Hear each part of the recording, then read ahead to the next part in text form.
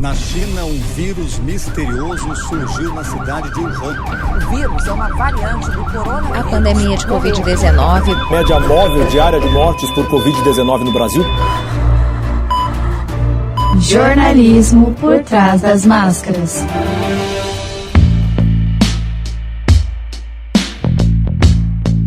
Olá pessoal, tudo bem com vocês? Eu sou Letícia Ferdinando. Eu sou Alessandra Oki. E eu sou Tamires Fernandes.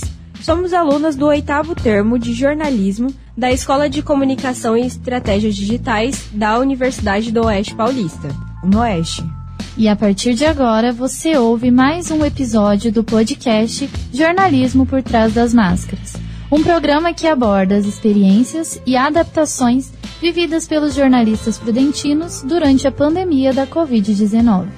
E o nosso convidado de hoje é o jornalista Henrique Souza, que atua como repórter na TV Record. Olá, Henrique, seja bem-vindo e obrigada por estar aqui conosco hoje. Muito obrigado, meninas. Henrique, há quanto tempo você é formado em jornalismo? Conta pra gente sobre a sua formação e trajetória profissional, por favor. Eu sou formado há 12 anos, eu fiz jornalismo na Unesp, em Bauru. De lá pra cá, eu entrei na TV assim que eu me formei, demorou uns 6, 7 meses eu entrei na TV. Fui produtor durante 9 anos e agora estou na reportagem já tem uns 2 anos e pouquinho, mais ou menos. E Henrique, durante a pandemia, o que mudou no processo jornalístico? Em termos de televisão, eu acho que o que mais mudou foi a questão do formato do material que a gente tem exibido. Com a pandemia, o distanciamento social, essa questão de não poder ter muito contato entre as pessoas, houve uma certa flexibilização no sentido de liberar imagem, coisas que vêm de celular, às vezes uma entrevista que chega pelo celular, acaba vindo e... Antigamente, antes da pandemia, antes de toda essa situação aí que a gente viveu, isso não era possível. Havia uma certa restrição. Hoje em dia, não. O próprio entrevistado manda uma imagem, às vezes até uma imagem que é exclusiva, que a gente nunca vai conseguir pegar ali naquele exato momento, uma coisa que aconteceu no momento em que a gente não estava próximo, né? Essa imagem pode ser usada. E também entrevistas. Numa situação da pessoa estar doente, estar de isolamento por conta da pandemia, da Covid, a gente conseguia fazer a entrevista pelos próprios aplicativos aí de conversa, né? A gente tem alguns exemplos aí, o Skype, ou a pessoa grava o vídeo de casa e manda pra gente. Eu acho que isso foi uma coisa assim que quebrou os parâmetros, assim. De lá pra cá as coisas começaram a se modificar, assim, dentro do jornalismo, no sentido da gente ficar mais próximo do entrevistado, do telespectador, de poder ter essa interação, de você mandar uma imagem que você fez e essa imagem ser exibida na televisão. E como que ficou o cenário dentro da emissora? Foi necessário remanejamento, afastamento de funcionários? Como que ficou? Foi, principalmente o pessoal que trabalha na produção, que é mais interno, né? Durante o período mais crítico aí da pandemia, muita gente ficou trabalhando de casa, faziam as reuniões online, reunião de pauta, esse tipo de coisa. E houve um período em que o pessoal da rua, não podia ter muito contato com o pessoal que estava interno. Ficava mais na sala de fora, né? Para evitar esse tipo de contato, porque quem está na rua acaba ficando mais exposto, né? A chance de pegar o vírus é muito maior. Então, houve essa mudança sim.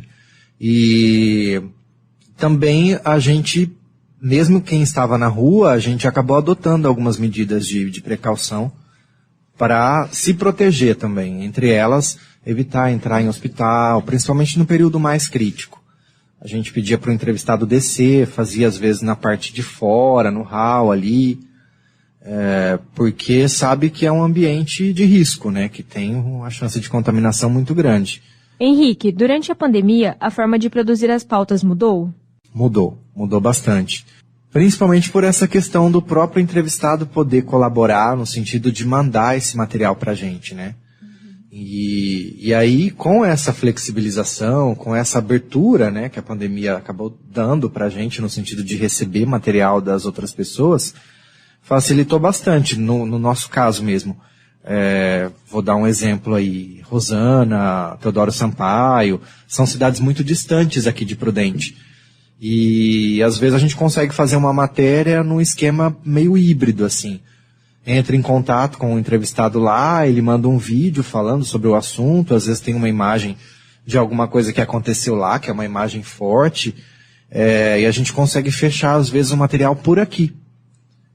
Eu pego as informações, gravo o off, faço a passagem num local neutro, aqui em Prudente, que acaba sendo o centro da região, e a gente consegue dar esse tipo de material.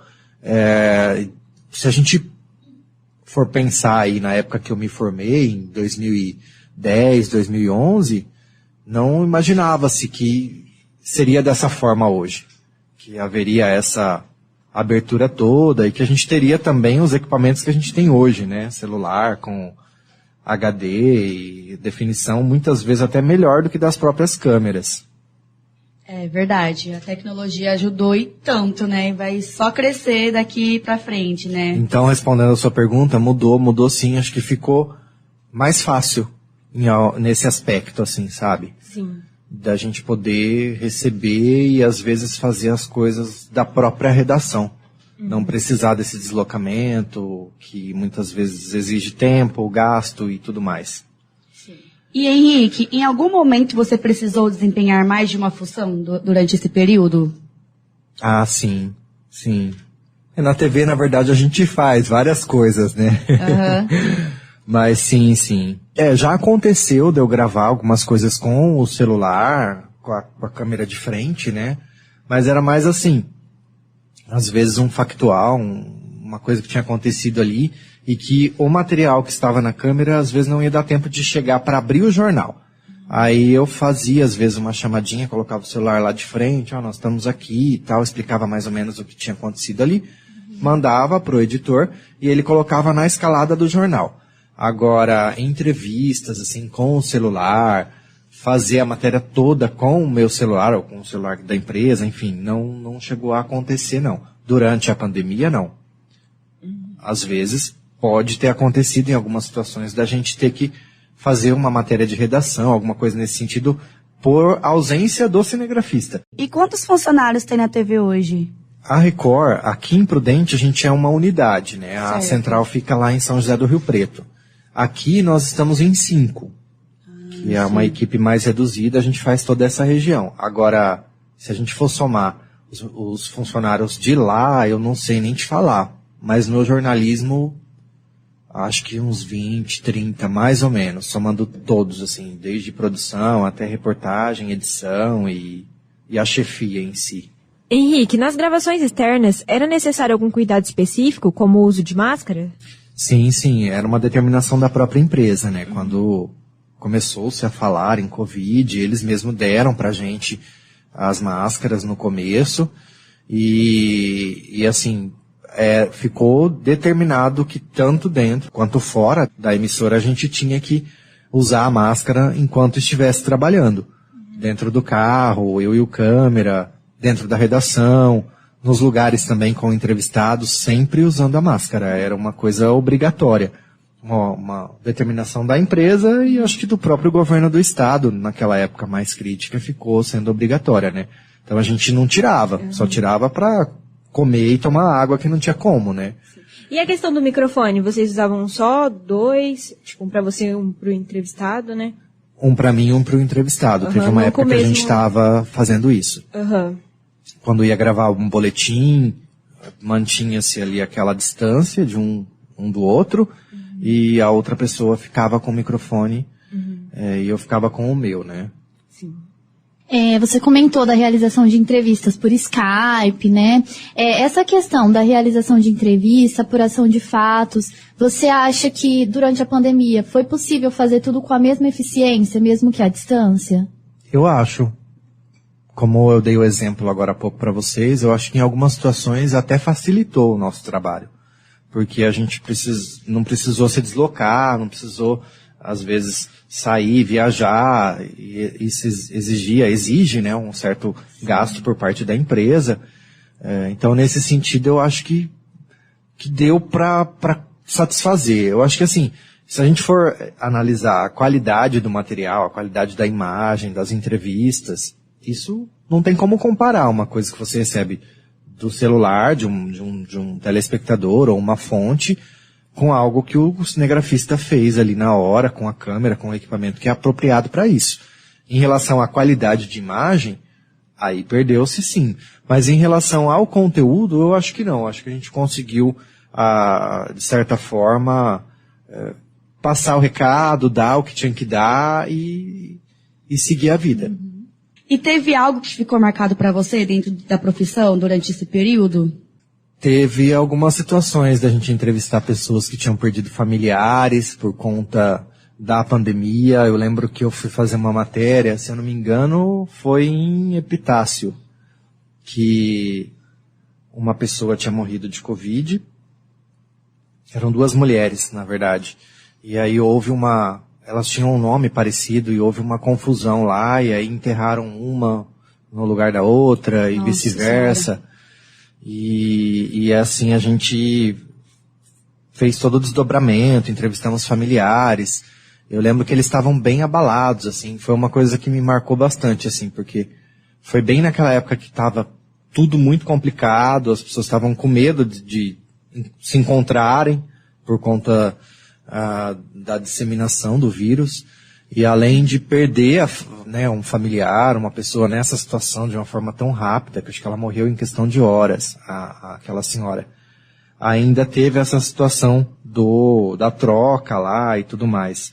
Foi uma coisa que me marcou bastante, assim, ligada a essa questão da pandemia. Foi uma coisa que eu fiquei durante vários dias pensando, assim, né, naquela situação, como a família deve ter elaborado tudo aquilo, não só o luto, mas toda aquela situação que aconteceu ali, que tiveram que fazer o velório 2 vezes, enfim, foi bem desgastante, assim, para eles.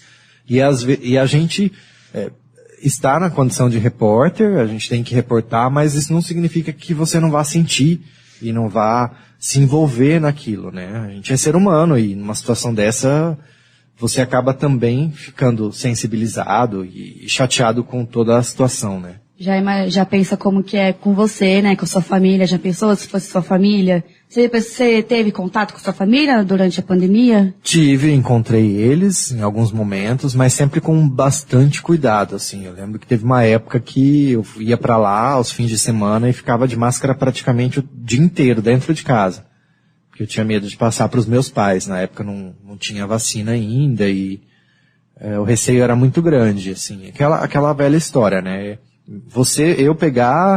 Eu tinha preocupação, mas não tanto. Agora, eu passar para alguém, assim, principalmente sendo uma pessoa da família, é muito mais complicado, né? A responsabilidade parece que vem para você, né? Com certeza. E qual foi o maior desafio que você enfrentou durante esse período de pandemia? Você fala profissionalmente? Isso. Eu acho que foi a questão da adaptação mesmo, a máscara, a essa questão do distanciamento, a própria dificuldade que a gente teve em muitos momentos de executar as pautas por conta das restrições, órgãos públicos, algumas entidades ficaram fechados durante meses, assim, fechados eu digo para o atendimento, né? Sim. Foi um período bem complicado, assim, eu lembro das eleições, as últimas eleições também, o pessoal ia votar tudo de máscara, e estava tendo aquela questão da biometria, estava suspensa. E eu lembro que me chamou a atenção, assim, que tinha alguns eleitores lá que tiveram problemas na hora de votar por conta disso. Não sei te dizer ao certo o que era, se tinha alguma coisa lá no título deles que não estava correta, não estava regularizada, mas eu lembro que foi uma situação que eu vi, assim, que me chamou a atenção. Mas diretamente comigo, eu acho que foi mais o lance do distanciamento mesmo, de ter que ficar um pouco limitado em algumas pautas. A gente teve a abertura de poder receber as coisas do telespectador, do entrevistado, mas ao mesmo tempo tem certas coisas que não dá, né? Tem que ser ali na hora e tudo mais. E aí havia essa dificuldade, sim. Delegacia de polícia mesmo. Teve uma época que ficou fechada para o atendimento ao público. Então, às vezes, se você quer pegar um boletim de ocorrência, pegar uma informação direta ali com o escrivão, com o delegado, era bem complicado nessa época. Tinha que recorrer ao celular e contar com a sorte da pessoa conseguir te atender naquela hora, porque às vezes ela tá também ocupada. Eu acho que foi isso, assim, o que mais me chamou a atenção, acho que foi isso. O que mais teve de difícil, assim, pra gente, acho que foi. E para finalizar, Henrique, dessas adaptações e dessas mudanças dentro do jornalismo, quais você acha que irão permanecer e quais delas são benéficas e quais não são, na sua opinião? Eu acho que essa questão da gente poder ter essa abertura com o entrevistado, no sentido de receber materiais do entrevistado, do telespectador, enfim, da população de forma geral. O exemplo que ela deu do uso do celular, eu acho que é uma tendência para o futuro do jornalismo, haver mais vídeo repórteres, que são pessoas que saem com o celular para fazer a própria reportagem. E eu acho que isso é positivo, porque o repórter acaba tendo uma certa autonomia, mas ao mesmo tempo tem um lado negativo, que é a questão da perda da qualidade, né? Um celular não é igual a uma câmera, e uma pessoa sozinha não consegue fazer o trabalho de duas da mesma forma, com a mesma qualidade e tudo mais. Eu acho que o trabalho do repórter e do cinegrafista, no caso da televisão, é complementar. Não tem como, assim, um atende o outro ali para que a matéria fique realmente redonda e, né, no ponto certo. E não havendo isso, na falta, né, por exemplo, do cinegrafista ou na falta do repórter, sempre vai haver uma certa deficiência. E eu acho que nesse caso, se a gente for levar em consideração esse exemplo que eu dei aí de começar a usar mais o celular, uma coisa mais dinâmica, perde-se muito em qualidade. Perde-se o profissionalismo mesmo, né? Acaba ficando uma coisa, de certa forma, depende da situação, até um pouco amadora. Depende de quem estiver fazendo, da forma como você vai fazer ali a gravação. Eu acho que perde bastante. Até porque o celular também, essa parte aí de som, principalmente, né? Tem que ter um microfone adequado para o celular, porque senão não dá certo. Esse microfone do próprio celular mesmo, ele é canal 2, né, que é o canal mais aberto, pega o som ambiente. Então, acho que são detalhes que eu acho que com o passar do tempo isso vai acontecer, mas que tende a perder bastante na questão da qualidade. Henrique, a gente agradece sua presença, por ter contado aqui, compartilhado um pouquinho de como foi atuar, né, como jornalista durante a pandemia. Eu que agradeço, espero ter colaborado e ajudado vocês de alguma forma. Você ouviu mais um episódio de Jornalismo por Trás das Máscaras, com apresentação e edição de conteúdo de Alessandra Occhi, Letícia Ferdinando e Tamires Fernandes. Esse produto é a peça prática do trabalho de conclusão de curso intitulado Produção de Podcast, Adaptações do Jornalismo em Presidente Prudente durante a Pandemia. Essa produção contou com a edição eletrônica do auxiliar técnico em laboratório de rádio, Adriano Batista. A orientação e a supervisão foi da professora doutora Maria Luísa Hoffmann. Obrigada pela audiência, um beijo e até a próxima. Este episódio foi gravado no dia 18 de agosto de 2022.